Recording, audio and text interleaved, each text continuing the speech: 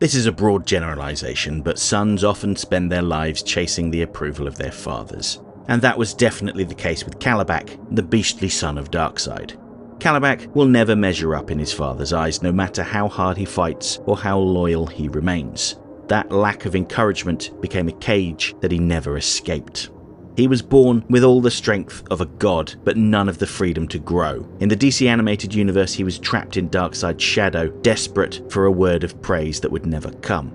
No matter how many times he threw himself at Superman or tried to prove his worth in battle, he remained a stunted child in a monster's body. That tragedy defines Kalibak far more than his muscles ever did. But before I get to how the shows of the DC animated universe used Kalibak, I think it's important to look back at his comic book origins. Kalibak first appeared in New Gods #1, published in 1971. He was introduced as Darkseid's savage son, holding Apokolips while Darkseid pursued schemes on Earth.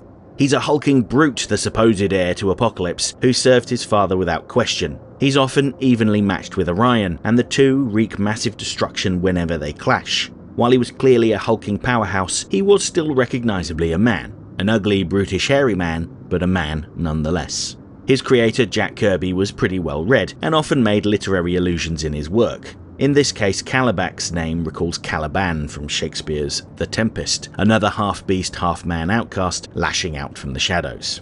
We're later told that Kalibak was Darkseid's firstborn son, and the only child born to Darkseid's first wife and true love, the sorceress Suli.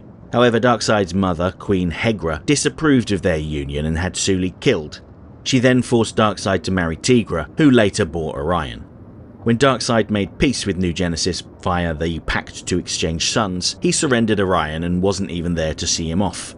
To Darkseid, the wild, angry little boy wasn't a son, he was just another pawn in the endless war with New Genesis. He kept Kalibak while the son he received in exchange, scot-free, was handed to Granny Goodness to be raised in her orphanage. Again, another pawn that had served his purpose and was discarded.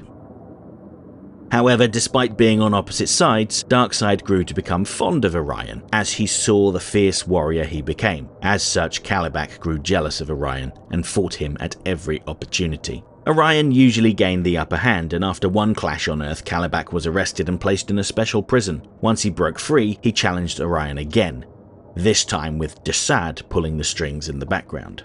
Darkseid observed the battle, eager to see which son would prevail, but when he realized Darkseid was cheating, he killed him. Without Darkseid's help, Kalibak was killed by Orion, and his soul was taken away by the Black Racer. When Orion later stormed Apokolips, Darkseid resurrected his fallen warriors, including Kalibak, although he acknowledged that the process left them as shadows of their former selves. After Crisis on Infinite Earths, the New Gods were mostly unchanged. In fact, they were among the few beings who remember the universe as it was before Crisis. However, Kalibak's status as a brain-damaged ghoul was glossed over. Instead, he was presented as a doting son who sought his father's approval, and rarely got it. This is very similar to how he was used in the Super Friends cartoon, where he was Darkseid's second-in-command. A powerful fighter, but a bit of a dolt. And this brings us to Superman the Animated Series, where the creative team distinguished themselves from earlier Superman cartoons by faithfully adapting Jack Kirby's Fourth World storylines. While Kirby's work was referenced in the Super Friends cartoon, the broadcast standards of the time reduced Darkseid to a generic villain, bizarrely obsessed with marrying Wonder Woman. Hard to argue with his tastes, if not the writing, but Estas's take on Darkseid and his minions was far more authentic to Kirby's original comics. Darkseid sought the solution to the anti-life equation, which would take away free will from all living things, bringing them under his control. Kalibak's design was slightly changed though. He's more beastly with a squat form. He's still recognisably Kalibak, but his features are more exaggerated and kind of rounded. And that isn't the only change. A lot of the interpersonal dynamics between Kalibak and Orion were stripped back, but we don't see the two sons battle. Instead, Kalibak has a rivalry with Superman. During the episode Father's Day, Darkseid manipulates Kalibak into heading to Earth to confront Superman, despite the fact that Darkseid expressly ordered him to stay back. He is confident that he can crush Superman, even if he didn't have a concrete plan for finding him. Kalibak decided to just cause chaos until Superman turned up, which, to be fair, is usually how you get the Man of Steel's attention. Despite his confidence, Superman is far more than he can handle. But Kalibak doesn't let his obvious shortcomings hold him back. He still gives it his all, and even wants to try again after Superman hits him so hard that he's sent flying out of the city. When Darkseid learns of Kalibak's little trip, he is furious and heads to Earth to discipline his disobedient offspring. As well as disobeying Darkseid's direct orders, he had made Superman aware of their existence, which escalated his plans. When Superman witnesses Darkseid burning Kalibak with his Omega beams, he tries to intervene, with no idea that Kalibak has simply been transported back to Apokolips rather than being incinerated.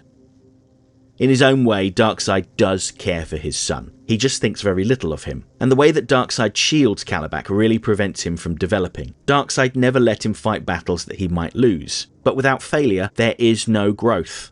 As a result, Kalibak is developmentally stunted. All he wants is the chance to prove himself to his father, and for his father to say that he's done a good job. But that never happens. Instead, all he feels is shame and disappointment. Kalibak is strong, yes, but he's inexperienced. He was easily manipulated by Darkseid, unduly confident that he could defeat Superman, and thought that he could do it all without his father noticing. But Darkseid sees all. When Darkseid and his forces invade Earth in the story Apokolips, now, Kalibak is forced to stand back and observe the invasion. It's significant that Darkseid brought him with him to the front lines to bask in their glorious victory, but he was not allowed to participate. When Superman escapes, Kalibak is the first to attack him, but gets knocked out in seconds, further demonstrating his incompetence. You can't fault him for his enthusiasm though. After Darkseid's army was driven from Earth by the gods of New Genesis, Darkseid took a different approach to destroying Superman. He kidnapped Superman and had Granny Goodness brainwash him into believing he was Darkseid's adopted son, and Darkseid was supportive of Superman as he conquered planets in his father's name. Kalibak, meanwhile, was forced to watch from the sidelines, seething. Of course, Darkseid's control only lasted so long, and when Superman broke free, he was outraged. Kalibak proudly stood between the furious Superman and his father, determined to show how much he had improved as a fighter since the last time they met. And Superman knocked him out in seconds, again. Years later, when Brainiac visited Apokolips with the intention of stealing their data, Kalibak led the attack, but he was completely outmatched. In reality, this was all a ruse to lure Superman to Apokolips so that Brainiac could take control of his body, but Darkseid had his own scheme in mind, to take control of Brainiac and sick him on New Genesis. Kalibak was kept completely in the dark about Brainiac and Darkseid's secret pact, as well as the eventual double-cross, because really, who would trust him with classified intel? This confrontation resulted in Darkseid's death. So you'd think that Kalibak would ascend to the throne, but instead he was more interested in getting revenge on Superman. I suspect he didn't think he was worthy of taking his father's place, at least not until he had avenged him. As such, he became a founding member of the Superman Revenge Squad alongside Livewire, Metallo, Toyman and the Weather Wizard. Even with Superman gone, Kalibak still couldn't win, not against the Justice League, in no small part thanks to Lobo being inserted into the mix. As such, his father's throne sat empty. Kalibak was too busy chasing ghosts to sit on it, which left a power vacuum on Apokolips. In the subsequent civil war, Granny Goodness fought against Vermin Wunderbar for control of the planet. Wunderbar had secretly kidnapped Kalibak and planned to torture him into giving him his endorsement. In response, Granny Goodness forced Mr. Miracle, Kalibak's foster brother, scot-free, and his wife Big Barda to rescue him so that Granny could protect him. Granny claimed that she was concerned and wanted to rescue Kalibak, but in truth she just wanted to squeeze the crown out of him. Fortunately, the Flash aided the pair and they took Kalibak to a secure prison on Earth, where he could no longer be weaponized. When Darkseid returned to life, the infighting ceased immediately and his ire was directed towards Earth. In his new form, an amalgamation between himself and Brainiac, Darkseid was more powerful than ever, and more ruthless. He did not show any concern for Kalibak, he didn't try to rescue him, and Kalibak was never seen again. Ultimately, for all his strength, Kalibak was a sad little boy desperately seeking approval from his father. I can practically see him in his cell watching the news of Darkseid's attack, eagerly awaiting a rescue that would never come. He was rarely given the attention he needed or the opportunities to hone his skills, for as ruthless as Darkseid was, he shielded his son and did not allow him to find his own path in life or make his own mistakes without shaming him. The comic book original was a brutal, capable second-in-command. Even Darkseid watching him die at Orion's hand still underscored his importance. In the DCAU, Kalibak had the muscles to shatter mountains, but the heart of a little boy still waiting for his dad to finally say, "Good job." And that, more than Superman's fists or Orion's rage, was what doomed him.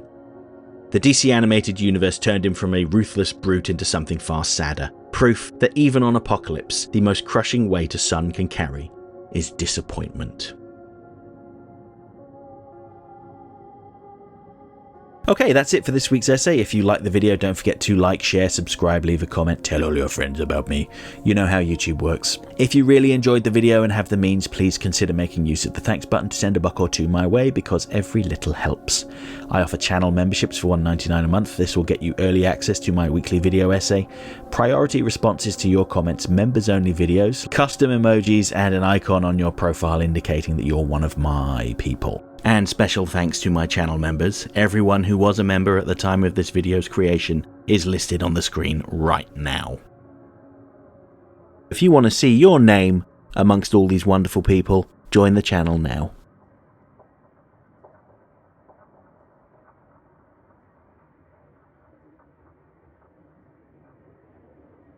Next time, I'll be back on Monday to discuss where it all began, the very first episode of Batman the Animated Series to air in most markets, The Cat and the Claw. I'll talk about the solid first part and the not so hot second part. And next Friday I want to talk about a rarely seen villain from the golden age of comics who had some good intentions, especially the version seen in Batman the Animated Series. I'll be talking about the Crime Doctor. Hope to see you then.